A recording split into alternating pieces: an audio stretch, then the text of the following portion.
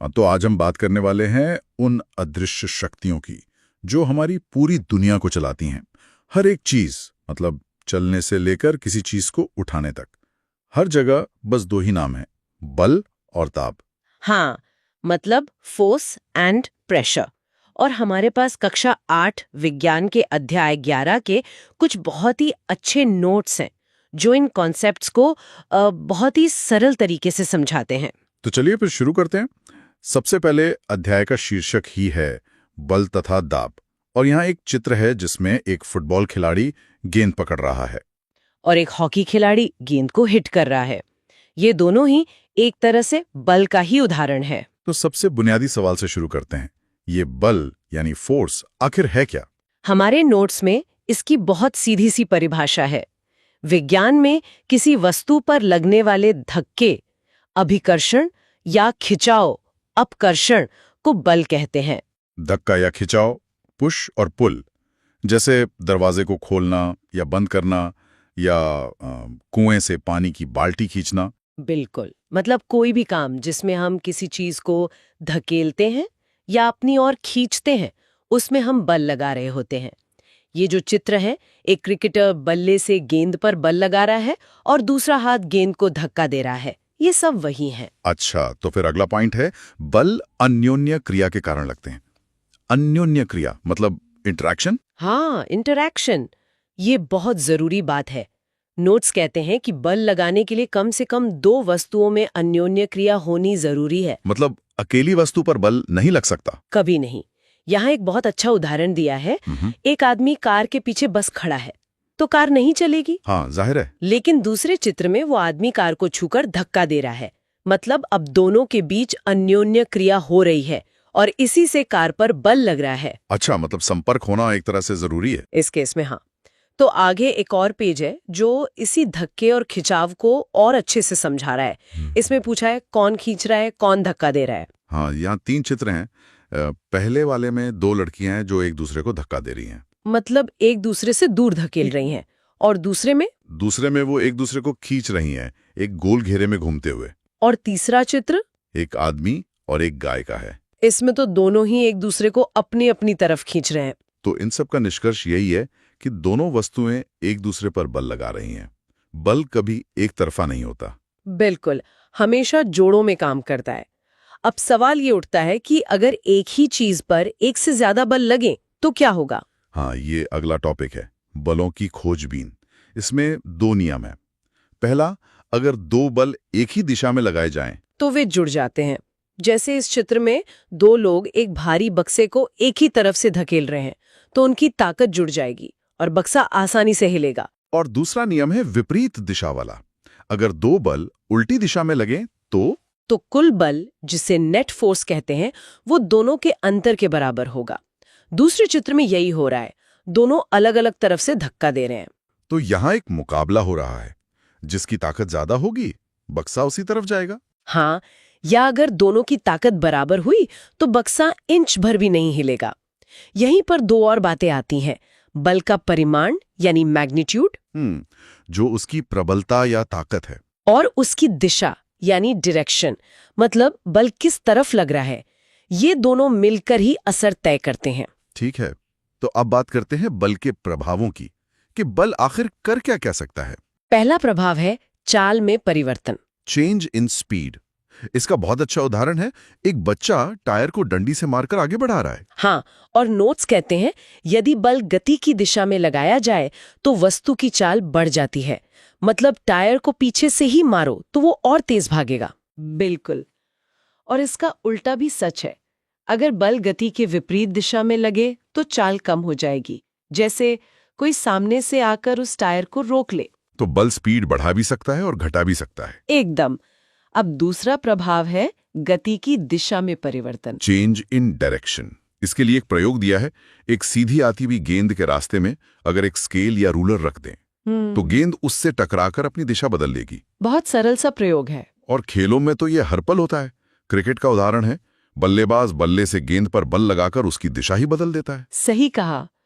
तो जब भी किसी वस्तु की चाल या उसकी गति की दिशा या फिर दोनों बदल जाए तो हम कहते हैं कि उसकी गति की अवस्था में परिवर्तन हुआ है। गति की अवस्था में परिवर्तन, ठीक है।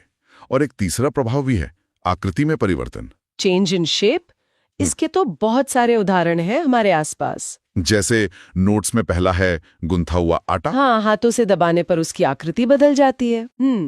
दूसरा है साइकिल की गद्दी में लगी स्प्रिंग। जब हम उस पर बैठते हैं तो वजन के बल से वो दब जाती है। और तीसरा एक रबड़ का छल्ला है, जिसे खींचने पर उसकी लंबाई बढ़ जाती है। तो बल किसी चीज का आकार भी बदल सकता है। हाँ, तो इन सब प्रभावों का एक सारांश दिया है अगले पेज पर, एक नजर में कि बल क्या क्या कर सकता है।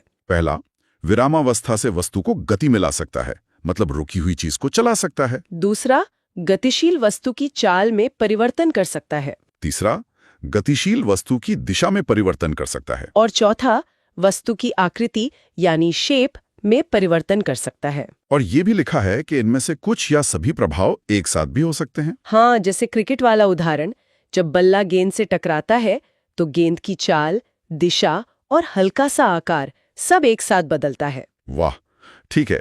तो अब आते हैं बलों के वर्गीकरण पर, मतलब क्लासिफिकेशन ऑफ फोर्सेस। यहाँ एक चार्ट दिया गया है। इसके हिसाब से बल मुख्य रूप से 2 तरह के होते हैं। वो कौन से? पहला है संपर्क बल, यानी कॉन्टैक्ट फोर्सेस, और दूसरा है असंपर्क बल, यानी नॉन कॉन्टैक्ट फोर्सेस। नाम से ही लग रहा है, संपर्क मतलब जिसमें छूना जरूरी है। बिल्कुल। संपर्क बल में 2 प्रकार दिए हैं, पेशीय बल और घर्षण। और असंपर्क बल में 3 है, चुंबकीय बल, स्थिर वैद्युत बल और गुरुत्वाकर्षण बल।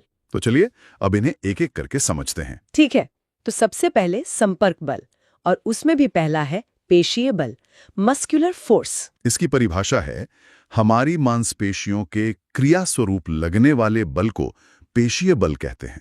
मतलब जो बल हमारी मसल्स लगाती हैं। जैसे पानी की बाल्टी उठाना या बस्ते को धक्का देना। हाँ, और सबसे जरूरी बात यह है कि पेशीय बल तभी लग सकता है जब हमारी मांसपेशियां वस्तु के संपर्क में हों। अच्छा, इसीलिए इसे संपर्क बल कहते हैं। चित्र में भी बैल अपनी मांसपेशियों से गाड़ी खींच रहे हैं, उन्हें गाड़ी से जुड़ना ही पड़ेगा। सही। अब दूसरा संपर्क बल है घर्षण, यानी फ्रिक्शन। घर्षण, ये तो बहुत सुना है। नोट्स कहते हैं वो बल जो किसी वस्तु की गति की अवस्था में परिवर्तन का विरोध करता है। मतलब ये रोकता है चीजों को। हाँ, ये हमेशा गति का दुश्मन होता है। इसका नियम है कि घर्षण बल हमेशा गति की दिशा के विपरीत दिशा में काम करता है। जैसे इस चित्र में एक गेंद जमीन पर लुढ़क रही है, वो आगे जा रही है, लेकिन जमीन और गेंद के बीच घर्षण का बल पीछे की तरफ लग रहा है, जो उसे धीमा करके रोक देगा। तो ये थे संपर्क बल। अब आते हैं उस हिस्से पर जो मुझे हमेशा से थोड़ा जादुई लगता है, असंपर्क बल। हाँ, वो बल जो बिना छुए काम करते हैं। इसमें पहला है चुंबकीय बल, मैग्नेटिक फोर्स। एक चुंबक का दूसरे चुंबक पर या किसी लोहे की चीज पर लगने वाला बल। और ये बिना संपर्क में आए लगता है।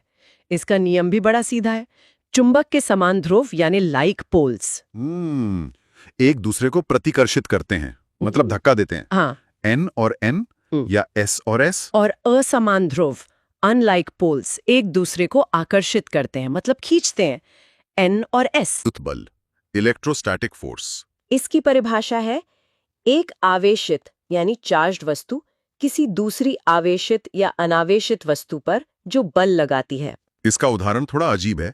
लिखा है, कागज से रगड़ा हुआ स्ट्रॉ दूसरे स्ट्रॉ को आकर्षित या प्रतिकर्षित करता है। हाँ, जब हम कुछ चीजों को रगड़ते हैं तो उन पर एक तरह का चार्ज आ जाता है, और फिर वो चार्ज वाली चीज दूसरी चीजों को बिना छुए हिला सकती है।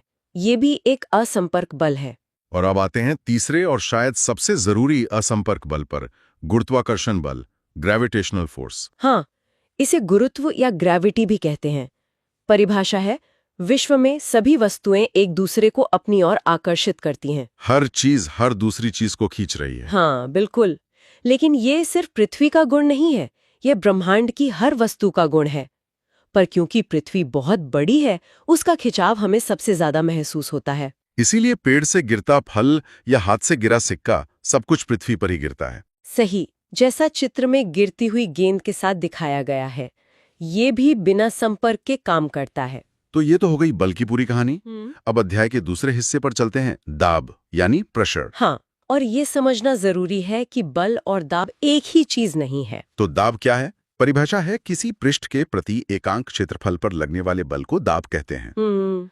इसको आसान भाषा में समझते हैं। दाब का सूत्र है दाब बराबर बल बटा क्षेत्रफल, pressure is equal to force area. अच्छा, बल बटा क्षेत्रफल। इसका मतलब है कि आप कितना बल कितनी जगह पर लगा रहे हैं। अगर क्षेत्रफल कम होगा तो दाब ज्यादा होगा। जैसे कील वाला उदाहरण, यहाँ चित्र में हथौड़ा कील पर बल लगा रहा है। कील की नोक का क्षेत्रफल बहुत ही कम होता है, तो सारा बल उस छोटी सी नोक पर आकर केंद्रित हो जाता है। इससे दाब इतना ज्यादा बनता है कि कील आसानी से लकड़ी के अंदर चली जाती है। ठीक है, तो दाब और क्षेत्रफल का यही संबंध है। अगले पेज पर यही समझाया गया है, क्षेत्रफल जितना कम होगा दाब उतना ही अधिक होगा। हाँ, और इसके रोजमर्रा के जीवन से जुड़े कुछ उदाहरण हैं।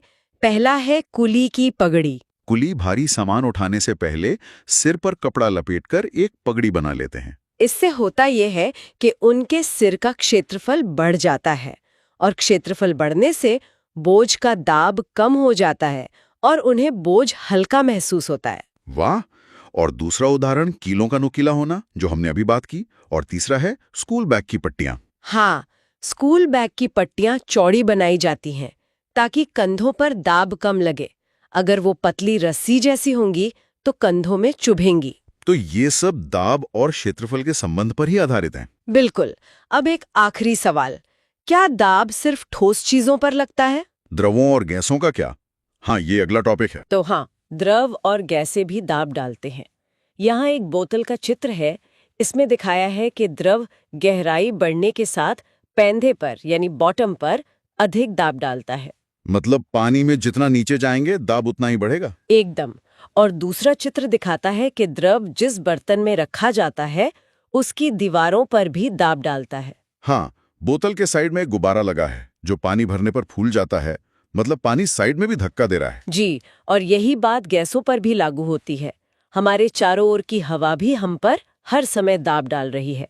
तो इस अध्याय का सारांश दिया गया है आखिरी पेज पर। याद रखने योग्य मुख्य बातें। हाँ, एक बार जल्दी से देख लेते हैं।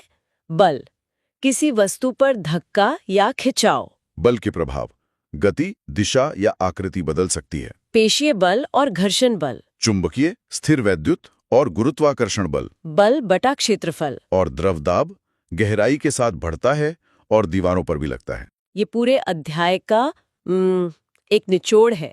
परीक्षा के लिए इन पॉइंट्स को याद रखना बहुत फायदेमंद होगा। तो ये थी हमारी चर्चा बल तथा दाब पर। हमने बल के प्रकार, उसके प्रभावों और दाब की अवधारणा को वाकई में बहुत गहराई से समझा। अब जब हमारे श्रोता इन सिद्धांतों को समझ गए हैं तो मैं उनके लिए एक सवाल छोड़ना चाहूंगी। जरूर। हमने घर्षण यानी फ्रिक्शन की बात की, एक ऐसे बल के रूप में जो गति को रोकता है, जो एक विलन जैसा लगता है ना? हाँ, लगता तो है। पर क्या होगा अगर मैं कहूं कि घर्षण के बिना हम चल भी नहीं सकते, अपनी गाड़ी को ब्रेक भी नहीं लगा सकते, यहां तक कि हाथ में एक कलम भी नहीं पकड़ सकते? मतलब जो बल हमारा विरोध करता है वही हमें आगे भी बढ़ाता है। बिल्कुल। तो इस पर सोचिएगा जरूर। कभी कभी जो चीजें हमें रोकती हैं असल में वही हमें थामे रहती हैं। अगर आपको इसी तरह आसान भाषा में पढ़ना अच्छा लगता है तो इस चैनल को अभी सब्सक्राइब कर लीजिए। अगर आप सभी सब्जेक्ट्स के नोट्स चाहते हैं तो वीडियो के डिस्क्रिप्शन बॉक्स को जरूर चेक करें।